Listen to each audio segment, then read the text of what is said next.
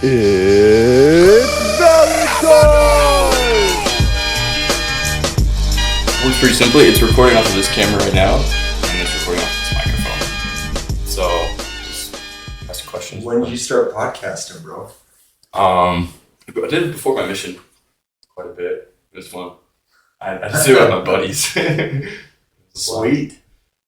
But yeah, what's up, everybody? Welcome to the McKeithan Valentine Show. Super happy to have Mr. Mike Hammond here for us all to hear and learn some wisdom. I don't know, I can give you a quick introduction.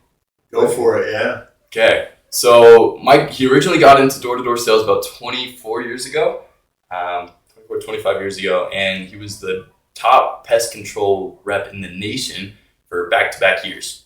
He's built tons of teams. He's built multiple companies, companies such as MD Landscaping, Caliber Smart, Signal Relief Patch, tons of successful entrepreneur ventureships, and he's also the father of 6 kids. I am, yeah. I got 6 kids. 6 kids, and he is the bishop over 120 young single adults, give or take, here in Rexburg, Idaho, where he's from. And so, yeah, he's hit all the life pillars, and kind of excited to talk with him before the summer gets rolling and ask him any questions. But tell us real quick, how did you get into door-to-door sales in the first place? The same way everyone does. You see someone that's, I actually, it was 2000, or actually 99. Okay. So winter of 99, I just got off my mission, was up at Rick's College at the time, and a guy pulled in with back then it was a Ford Bronco, Okay. and had a trailer in the back, and then out of the back comes a Harley, and we were like, holy cow, this guy's awesome. And come to find out, he's a summer sales bro. So that was in the beginning. He there was basically Orkin, Eclipse Marketing, and then there was Apex, which was Vivint, and then there was Preventive Pest Control. Those are like the only 3 companies at the time that really even were knocking doors. Gotcha. And That's crazy. That's a different time than now. not crazy, yeah. And so, dude, he at the time was one of the top guys in the whole nation for pest, and he was really good at it. He ended up being my roommate, so it sucked me in. That's a good connection to have, being roommates with the top pest guy in the nation at the time. Yeah. But you learned a lot from him. Maybe you can take us back to that first summer that you had. You can talk about maybe some of the highs and lows during your first summer of selling. I mean, dude, I had a lot of highs and lows. I finished my first summer with 330 pest serviced accounts. It's really good for a first year. Well, it's good for a first year, except I did about 95 of them my first month. And then the next 2 weeks, I zeroed out every day. Tell us about that. What happened? And so it was interesting because in my mission, I served a mission in England, and we knocked doors every day for 8 hours a day. So knocking doors wasn't scary. I've been doing it for 2 years straight all day long. It was before, now you guys have cell phones, referrals, like all the things that didn't exist. We literally were looking at a map, saying a prayer, and then knocking doors all day for 8 hours. Yeah. And so coming back to this and him basically saying, we go door to door, we sell pest control, I was like, all I could think about is if he did that, I could do better, right? How most guys are wired, right? Yeah. And it's just how top guys are wired. And so I go out with him. We went to Albuquerque, New Mexico, and I had a great first month. I did really, really well. And I think that I just wasn't overthinking it. I didn't have expectations. So that blind faith, excitement. Blind faith, and you're doing really, really well. And then all of a sudden you're killing it. And then everyone's talking about how good you're doing. And then they're like, hey, you're competing with Brandon. Are you going to be able to beat Brandon? And this, you got to realize 300 back then was a way bigger deal. Like the top guy in the nation was 600. Right now it's like 1,300. Yeah. Right? And 300 was like, you needed 1,000 reps to do 300 before one would do 300. Like it was a big deal. Like your top, Jared Chappell actually was the top security guy at the time. And I think he was only doing like 250 total security accounts. It's like, it was just a different world than what we're at now, because I feel like once someone sees something happen, then they push it, right? Yeah. And someone else breaks that, someone else breaks that. Yeah. And so at the time, you're doing 90, like what I did that first month, everyone's like, holy cow! And it gets to your head. Yeah. And then you start getting this expectation that I have to be good. And then I went to Manti, Utah pageant. Back then they had a pageant like at the temple. And it was like, dude, it's like I got cursed. I came back from that pageant and I didn't sell for 2 straight weeks. I like zeroed out every day. Yeah. And I felt all this pressure and I was like, oh, why am I not selling? I know I'm awesome. Oh, I must blame it. I blamed it on my area. Yeah, like, it must be an area problem. It's got to be an area problem. There's no bugs. And what I didn't realize is when you actually suck, everyone tells you there's nothing because they want you off their doorstep. So I was getting told by everyone they had no bugs all of a sudden. And so my first month, everyone had bugs. So obviously area sucks, right? Yeah, it's just magic. It's disappeared. Yeah. Got back from the pageant. So towards the end of that 2 weeks, my manager, Brandon, was selling like 8 to 9 a day, every day. And so obviously he was hogging a good area because I knew what good area was for my first month. So I basically looked where he was going on the map because, again, it's so hard nowadays because we have all these Google Maps. Then we were looking at we basically take a map book, tear out every page, and tape every page on the wall and fill up a whole wall with a map. That's how we tracked our area. Okay, wow. Okay. So we would get to this wall and we would basically circle where we were. Well, I could see where Brandon was. So I chose a street over where he was and I disobeyed him and I went to his area without his permission. And I got a 0. Oh, no. But on my way out, I passed Brandon. He had a flat tire on the freeway.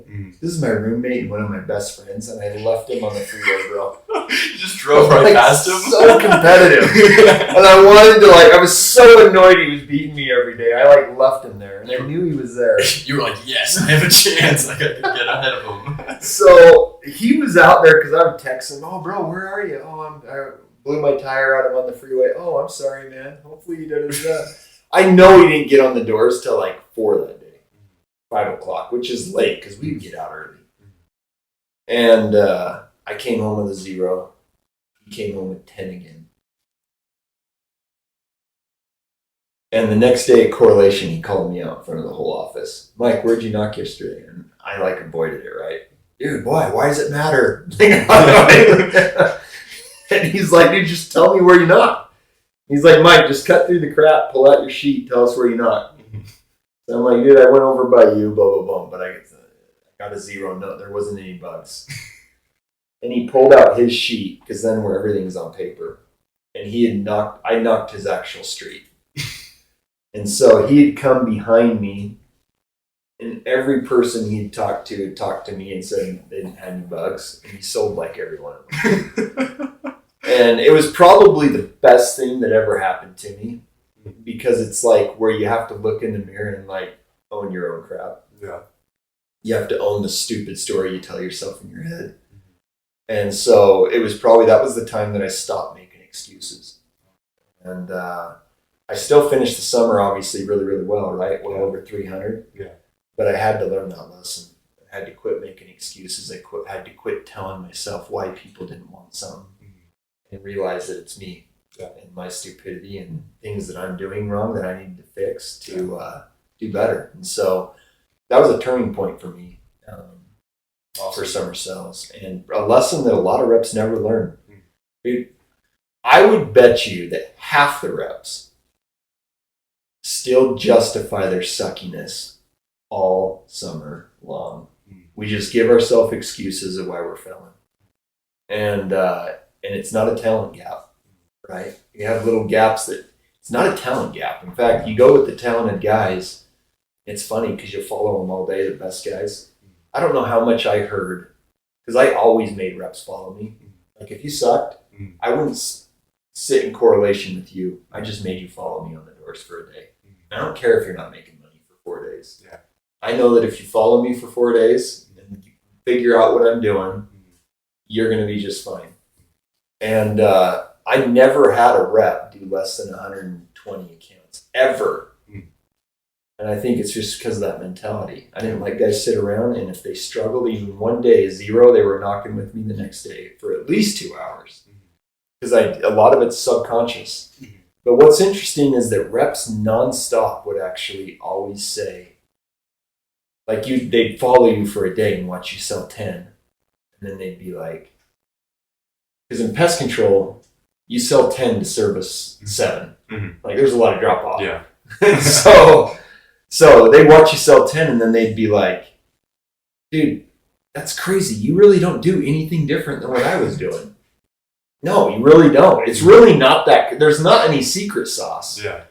It's crazy. It's actually in the subconscious, but it's like if you're relaxed and you actually don't care what the customer does and you believe in your product, you're just doing your job, but you're not desperate and you don't care, then you actually sell everyone. That leads me to interesting. Yeah, that leads me to my next question. Actually, you're talking about how confidence is key when you're on the doors and kind of the way that we portray ourselves. But you noted a time when you were very stiff on the doors or kind of robotic, and so you decided to wear flip flops on the doors instead. How did that help? Like, what impact did that have on your sales game? Bro, it was. What's funny is it was Chacos actually. Okay. So I switched to wearing Chacos probably during that second month of summer sales because it was hot. It was miserably hot in Albuquerque. I hated it. And I found myself going door to door and just thinking about how hot it was. So I literally, dude, this is what's lame. I wore one of those like grandma round hats, like the gardening hat. Okay. I put a gardening hat on and my flip flops on, and all of a sudden, it's not hot anymore. And I was happy. And all of a sudden, I was selling 4, 5, 6 a day every day. It was awesome. And so part of it's just getting out of like, dude, just get into your groove where you're comfortable. And that's the hardest part for a rep in the beginning, I think, just getting comfortable, getting to a spot where they're not thinking about every word that they're going to do. Like when you stop thinking about what you're going to say is when you start actually selling. It's really interesting. Yeah. But people subconsciously, I mean, you're with people your whole life. You know when someone's weird, right? You've been around it, your brothers, your sisters, your mom, your dad, when people are hiding something, like subconsciously you pick up on it so quick. We call it like my gut feeling or the sixth sense. But dude, customers pick up on it quicker. And when someone's thinking, oh man, I'm so broke, I need to get a sell, like that comes out. It's like a cologne you're spraying on yourself that just like bleeds into the doorstep. And that customer's like, what's wrong with this dude? Something's wrong. And they just tell you whatever to get you off the doorstep. So what do you do to break out? You got to get comfortable. Dude, lots of practice, right? And obviously, dude, yeah, lots of practice. And sometimes I think it's just repetition. Like I feel like you have to work your way out of it. So it's like, the best way to describe it is, so I'm a boxer, right? Golden glove. So qualified for it, but never had. Okay. But the my boxing coach when I was hitting, he always would say, he would teach me a new punch, uppercut, whatever, and it always was awkward at first. He was always like, dude, you just need to throw it 10,000 times. When you throw it 10,000 times, you'll stop thinking about it. Your body will start doing it naturally. And when it comes from the hips, your power is going to go up 400% from when you first start throwing the punch, which is true. It literally like 4X's when you stop, when your body starts doing it, like playing a guitar when you don't have to think about it. Yeah. So repetition. So a lot of repetition, a lot of time on the doors. And one thing I would do is I would go out all morning until 4 o'clock, which is when I call prime time. And I just wanted one. because it was like getting the monkey off the back. Mm-hmm. That one's always the hardest. Yeah. And it's like you get the one, and it's so crazy how then 5 more come like in the next 2 hours. Yeah.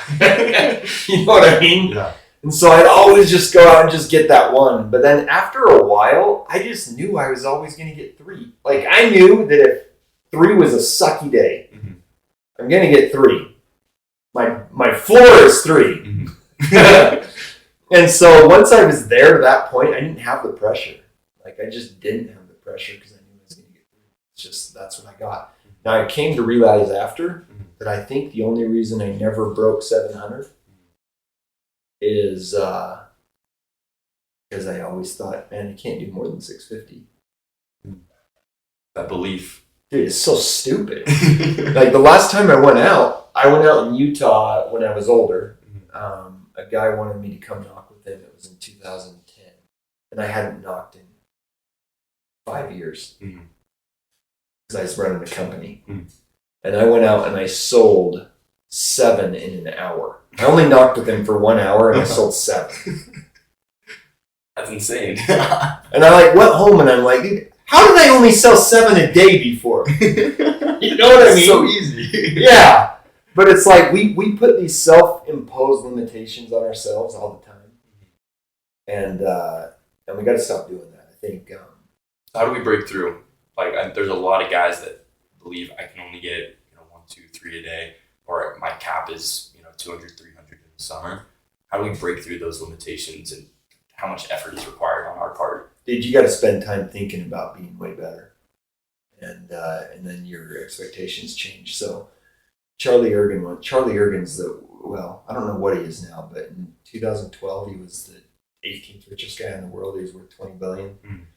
I sat down with him once. I brought a rep your age with me, and I was the CEO of his dish company at the time that he bought his satellite retailer. And I brought a rep with me, and he asked the rep, he said, dude, what do you want? He goes, what do you want? Anything you want to do? You have a question? And the rep asked the best question ever. He said, Charlie's 60 at the time. So he's worth $20 billion, 60 years old. Kid goes, if you could go back to when you were 22, what advice would you give yourself 40 years in the past? Charlie thought about it. He's like, hey, that's a really good question. He's like, honestly, I already know the answer. He's like, I am ticked that I thought so small. I used to think $1 million was a big deal. And I just never thought big enough. He's like, I've always wanted to be the richest guy in the world. I probably never hit that, but I sure would have if I would have learned in my 20s. I should have been thinking not the millions. Yeah. I was like, dude, that's so insightful. Yeah. Like, think about that. Because what are we thinking about, right? Like, where do we put our limitations? But I think our subconscious is so powerful, it doesn't know the difference between real and not. It just knows what you put in it. And a lot of times we say, man, I want to sell 600 accounts, but I can't do it. Yeah, I want to do that. But, oh, this sucks. Oh, someone knocks on the door, they slam the door, they're like, it's so hard here, but I really want to sell 300, but it's so difficult. But really, you're more than you're saying positive, you're just programming the negative nonstop. Dude, I wish I could do 800. Like, that alone means you can't, right? Yeah. And so affirmations, I think what you tell yourself, what you think about all day when you're practicing. Dude, how big is your goal really here? Because once this gets enough repetition of thinking big, it becomes natural. It becomes natural. Things start to actually become real. They say the universe comes to you. I think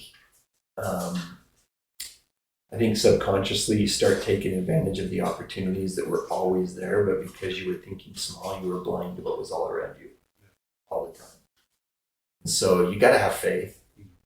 That's part of actually doing more than you think you're capable of. But you got to be willing to actually really think about what you want and then go after it. Dude, we just stop giving yourself the excuse of there's no bugs in the area, right? Quit telling yourself what there isn't and just go after it. You use door-to-door. Thank you. That was awesome. You use door-to-door as a stepping stone your career, for your life. You didn't see it as the end goal. For the guys who are out there in the everyday going out and grinding, knocking doors, do you believe that door-to-door still is the best route towards entrepreneurial success, towards taking control of your life? And how can we use that to make that next step into our bigger dreams and desires? Well, I wouldn't say best, right? There's a lot of great things, but I think door-to-door is the skill set you get. So we can take it out of door-to-door. Mm-hmm. Door-to-door helps you develop a skill set of being able to relate with people. And dude, yeah, it can. If you're selling a horrible product, you're learning how to manipulate. You shouldn't. If you're selling a product that's worth it for everyone, which is what I think everyone should be doing. Mm-hmm. The only reason people don't buy from you is they don't believe you. They don't trust you.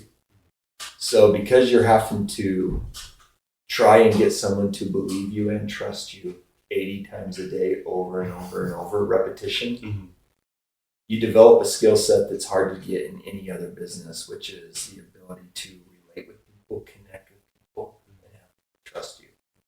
And that skill set is, in my opinion, the most valuable skill set for any entrepreneur outside of being able to understand and make sense of a P&L and balance sheet. Okay.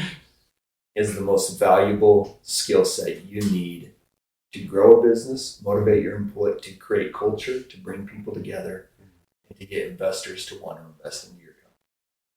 I think it's a skill set everybody needs. And so if you're just going to go do door-to-door and suck at it, it's not going to do anything for you. You're going to go do door-to-door to learn that skill set and get good at that one thing, change your life. Even if you're going to be a doctor, the very best doctors, the ones that have all the patients that anyone wants to go to, are the ones that can connect.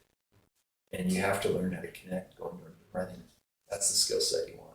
So you learn the soft skills with that constant repetition of being in front of people and connecting with them. Dude, you'll realize really soon. I always analyze myself. What did I do to lose that? Where did I lose that guy? Coaching yourself. Dude, and you start analyzing it and you start really internalizing it, and we all have little things. So you're going to teach your guys what to say in the first week. Okay, you're all saying the same thing. What are the stupid things you do that actually get people to not trust you, not believe you?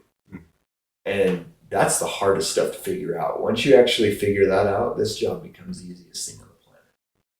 There's little things, the way you stand, the way you actually look, your voice tones. There's little things you do that kill it.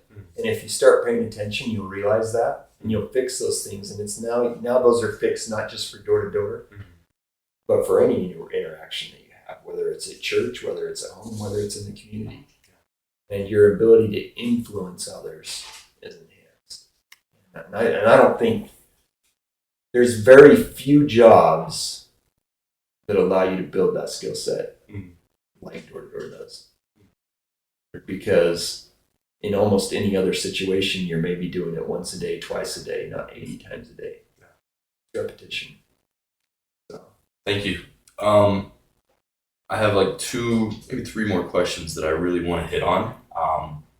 When you got your MBA from University of Utah, I feel like that kind of added in some maybe hard skills to the soft skills, maybe networking and stuff too. And then you use that as leverage to go on and build other companies as well. Do you recommend an MBA, first of all? And then also, have you had, what is the thing that sets top producing entrepreneurs, business owners apart from the rest? I don't know if it's an MBA. I think the MBA is I don't think anyone should stop at a bachelor's. That's like a high school degree nowadays. Yeah. It does nothing for you. I think the minimum is master's. I wish I would have done my doctorate now. I think it would have even opened up more stuff. You should do as much education as you possibly can because it's an investment. And I feel like whatever you put into that up front comes back to you a lot more. MBA was awesome because that's where I built a lot of my big relationships that I've now, over half my companies came out of the relationships I built in my MBA program. So I think those relationships were important. I think the skill set you developed there was important. And I think you just being able to sit down with all these guys that were running successful companies and realizing the gap between them and me wasn't that big was a big deal. It just helped me to be confident with different situations and not feel out of place. And there's guys that are always successful that don't do their MBA, and then you use that 1 in 1,000 guy as your excuse to like be lazy and not go get it. Yeah. You just go get it. It's like someone that goes to be a doctor. Why are you being a normal doctor that makes 150 when you spend 2 more years and all of a sudden you're making 800? Yeah. You know, you have to look at it with an investment, and I just think get as much education as you can, because I think it does pay off. Cool. So, and it opens up so many opportunities like teaching and whatever else you want to do after the fact. So, yeah, be able to give more. Absolutely. Yeah. Can you take us back to, you have a really cool story about the time when you were around the beginning of COVID time. You were got to get into this new company, this new business opportunity. MD. If you don't feel comfortable talking about it. No, that's fine, yeah. MD was it was right before COVID. I actually bought it 4 days before they shut everything down. It's a great timing. So it was well north of $20 million when I bought that company. I bought it with a partner, Brian Haney. And dude, we were excited. It was a big purchase. We had to take on a lot of debt. And we came in. We had a 10-year history of profitability, supposedly. And day one in that business, coming into that business, the CFO came up to us day one and said, "Hey, we need $600,000 to make payroll." And we just realized that it wasn't what we thought. And we started digging into it and found out that it actually had lost, instead of making $2 million that year, it actually lost $400,000.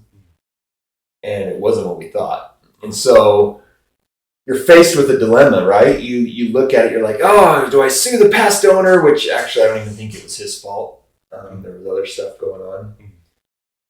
But dude, in our minds, we looked at it, we're like, we already have the bank loans, we've already bought the company, we can waste all of our time going back after them and get stuck with the loans foreclosing and lose everything.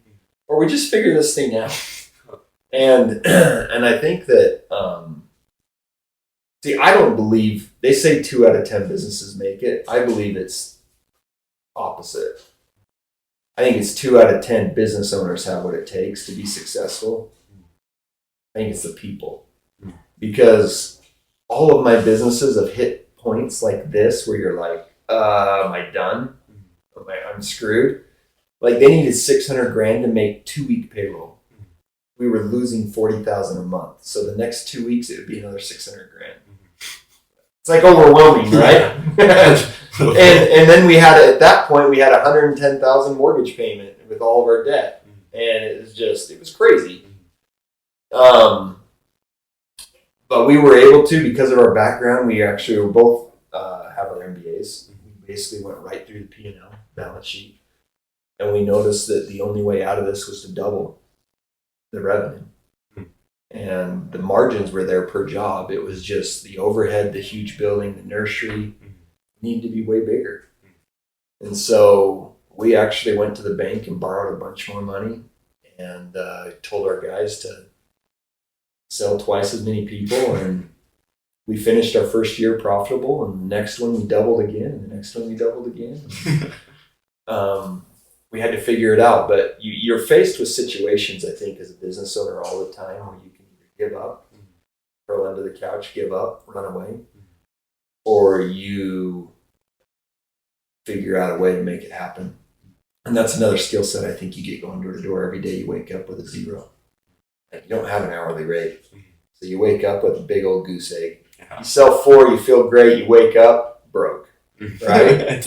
And so it's a total reset, and you have to make something from nothing every single day. And I think you get resiliency with that.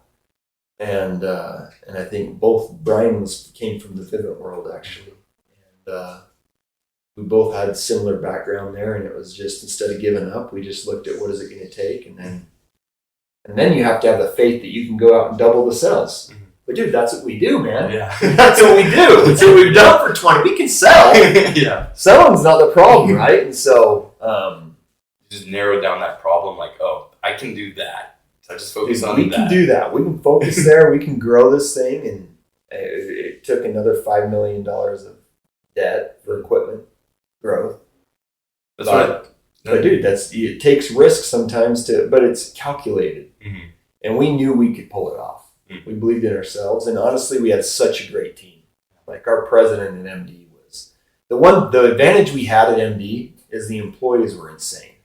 Like they were amazing. And Jared Searle that ran it, you couldn't even get a better guy. Jared, he was the best.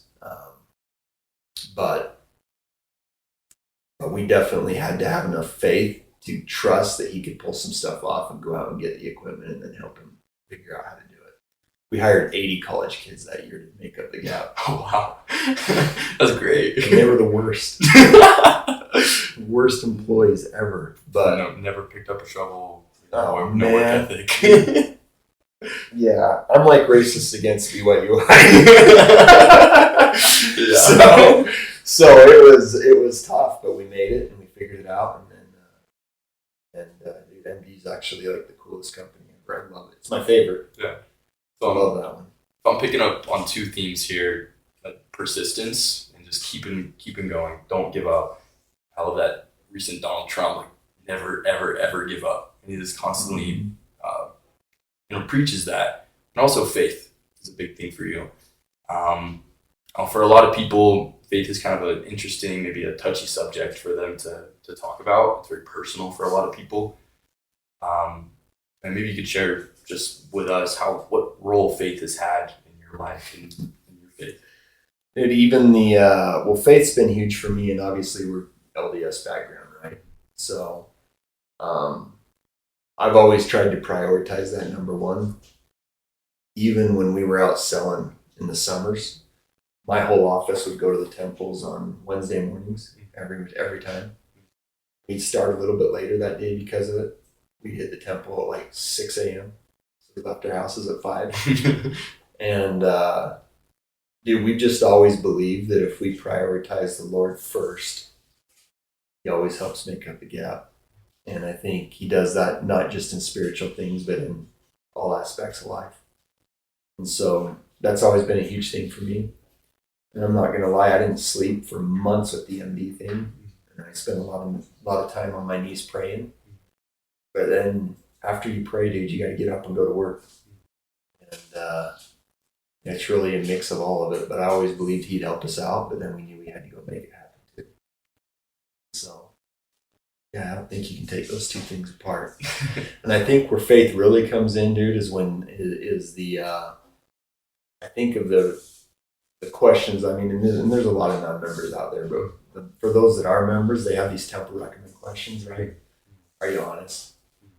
Right? Are you, those are the things that I feel like that's where it really sits home is I feel like a lot of the relationships I build over time, they last a long time because we've had integrity, we believe in honesty, we do what we say. One thing I've noticed through all my business transactions is the majority of the good people you're with, if it comes down to money, will justify why they can hose you and why it was okay. There's very few people you'll come across that when money's involved, keep their integrity, do what they say, even if it means less money for them. And when you find those people, you latch onto them and you do everything. So I've filtered through a lot of those people through my business career, and when I find them, I don't let them go. And BYU, Idaho, I mean, we're supposed to all be that type of person, but it's crazy how many of us aren't yet. Yeah. And so that's one thing I would actually tell your guys to really think about. You're going to go out and you're going to start making money. Don't let it go to your head and don't let it change who you are. That's the hardest part about doors. Keep your integrity. Keep things that mean most in life in place. And let that stuff come at the expense of success in summer sales. Because long-term, most of your long-term relationships that end up paying off come from those things that matter. Don't let short-term financial gain destroy things that matter in the long term. That'd be my advice. Awesome. Because I see it all the time. Yeah, I bet. And dude, I see a lot of good young men come off their mission, and they're great guys, and they get lost, and they let stuff change them. And so, but you don't have to do that. And people that say summer sales guys always get screwed, that's not true either, man. Some of the best guys I know come from that industry. It doesn't have to ruin you, it can make you better. You just have to keep your standards. Keep what matters most right in front of you. And don't let that, just don't lower that standard. And the skill sets you'll get from this job will help you be more successful than the majority of guys going to college. That's what I'll tell you. What a great note to leave things off. I don't know, do you have any final words of advice for any of the guys who are out there, in general? 60-second little. Yeah. Dude, here's my advice for every new guy. Your manager should be good at his job. Managers who think that what they say is more important than what they do suck. Managers who do what they say are the best. Don't feel bad because you're struggling, because everyone does when you're learning a new skill. Following your manager around all the time. Like, bug the heck out of him. He makes an override on you. He deserves to be annoyed by you every day. And so I think guys don't spend enough. They spend too much time trying to figure it out on their own when they can rely on you. Yeah. They're like, dude, McKeithan, show me how to do this. And so my advice would be, dude, latch onto your manager, spend time with them. If you're struggling, go on the doors with them for an hour. If you go kill it the next day, but you find yourself struggling, go on the door with them again for an hour. Like, keep programming yourself till it becomes natural, and you will cut your learning time in half. And so that would be my advice, because so many guys feel bad asking for help. Don't feel bad asking for help. Like, get help. You're entitled to it. And if you have a manager that doesn't actually help, go to a different office. Go to a different office. Call me. Because good managers will always take you out and always want to spend time with you. Honestly, good managers produce amazing reps nonstop. Yeah. Because people used to think it's like some crazy talented rep, and I don't believe that. I don't believe that it's some crazy talent to be awesome. I believe that you just have to get the subconscious right, and you have to be willing to work hard, and most people can become awesome. I've seen it over and over. So. My brother, actually, Jeremy, have you guys met Jeremy? Some of us have. Bro, you can make fun of him for this. Because when I was actually my third summer selling, I was killing it already, right? So I was already one of the top reps out there. And he came to the office. I recruited him. He was an electrician. And he thought he was going to murder it because he was my brother. So he came in and he told her, he's like, dude, my brother's murdering it, but I'm going to kill it. I'm going to do so good this summer, da-da-da. And then he never sold. For the entire first month, I don't know if he got one account. Like, he never sold. So then I would drive around and I would find him. And back then, cell phones just came out that year. And it was like these little Nokia phones. And it had like Tetris on the screen. You didn't have internet. It was like Tetris, right? Yeah. He'd be like sitting on the sidewalk where we're all supposed to be knocking, playing Tetris. Because he was like so nervous to go knock. And I remember getting him out and he was like, his hands were sweating. Like, he didn't want to get out of the car. So I was like, you just start following me around. And I made him follow me, no joke, for an entire week, every day, all day. And I didn't even let him go sell. So my theory was always like, dude, just keep watching. And I hated giving cells out. So I'm getting my own cells. Yeah. I'll take you all day with me, but I'm not here to sell accounts for you. Don't think you're coming with me for free accounts. That was my mentality always. Yeah. But if you want to learn, I'll train you all day, every day. So he followed me every day for a week. So he probably saw me do 70 or more cells that week. Finally, after like day 7, I'm closing another deal. He looks at me and he's like, I got this. And I'm like, no, man, keep following me. He's like, no, man, I got this. He threw his clipboard away because he was a construction worker. Mm-hmm. He rolled all of his contracts in a ball and stuck them in his back pocket. And he went out and just started knocking. He finished the summer with 250 service pest control accounts. Hey, good stuff. First month, 0. Yeah. 250. You're saying so 250 in 3 months is almost 100 a month. Mm-hmm. That's actually like top 2 or 3%. Yeah. So I'm coming back to so many times we tell ourselves, oh, I suck.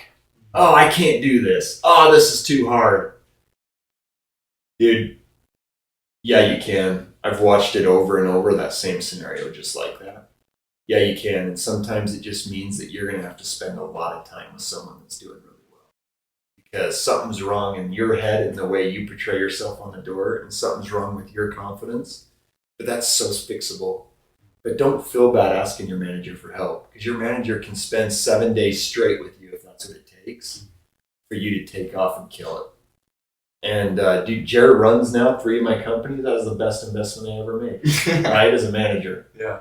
And I think that's how all managers, good managers, actually view all their guys. They'll make the investment in you. So just ask for help. Managers show you how to succeed. To the managers, be that manager. Be that leader. Be a good sales rep.